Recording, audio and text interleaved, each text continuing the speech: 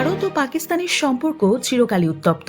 গত 22 এপ্রিল ভারতের জম্মু কাশ্মীরের পেহেলগামে জঙ্গি হামলা দুই দেশের মধ্যে যুদ্ধের পরিস্থিতি তৈরি হয়। ভারত পাকিস্তানের হামলা চালালে পাল্টা আক্রমণ করে পাকিস্তানও।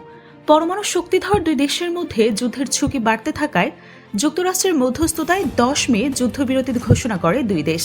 উপমহাদেশের দুই চিরপ্রতিদ্বন্দ্বী দেশ ভারত ও পাকিস্তানের সামরিক সংঘাতের পর যুদ্ধবিরতি হলেও এই দুই দেশের যুদ্ধক্ষেত্রের বেশ কিছু গুরুত্বপূর্ণ বিষয় এখনও অমীমাংসিতই রয়ে গেছে। এর মধ্যে উল্লেখযোগ্য হল, গত 7 মে সংঘাতের প্রথম দিনেই ভারতের 5টি যুদ্ধবিমান ভূপাতিত করার দাবি জানিয়েছে পাকিস্তান।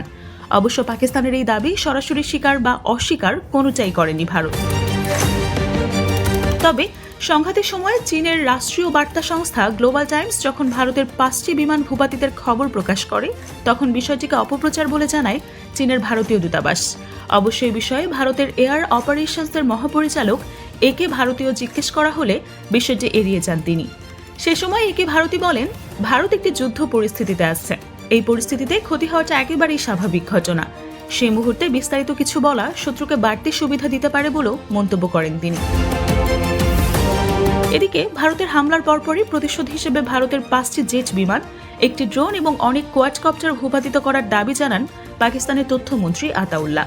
পাকিস্তানের air vice marshal Aurangzeb Ahmed দাবি করেন, ভূপাতিত বিমানগুলোর মধ্যে 3টি রাফাল, একটি MiG-29 এবং একটি Su-30 ছিল।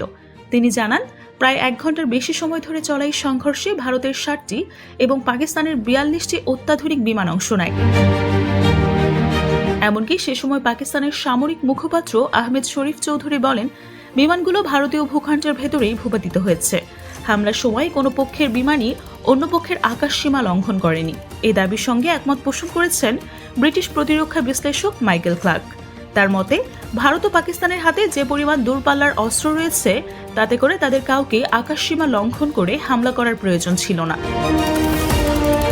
প্রতিরক্ষা বিশ্লেষক ক্লার্ক মনে করেন, যদি ভারত সত্যি রাফায়েল বিমান হারিয়ে থাকে তবে তা বেশ লজ্জাজনক।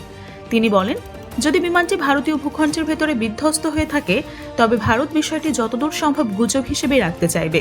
ভারতের নিজেদের ক্ষতি স্বীকার করছে, তবে নির্দিষ্ট কোনো বিমান হারানোর কথা তারা সম্ভবত এখনো স্বীকার করবে না।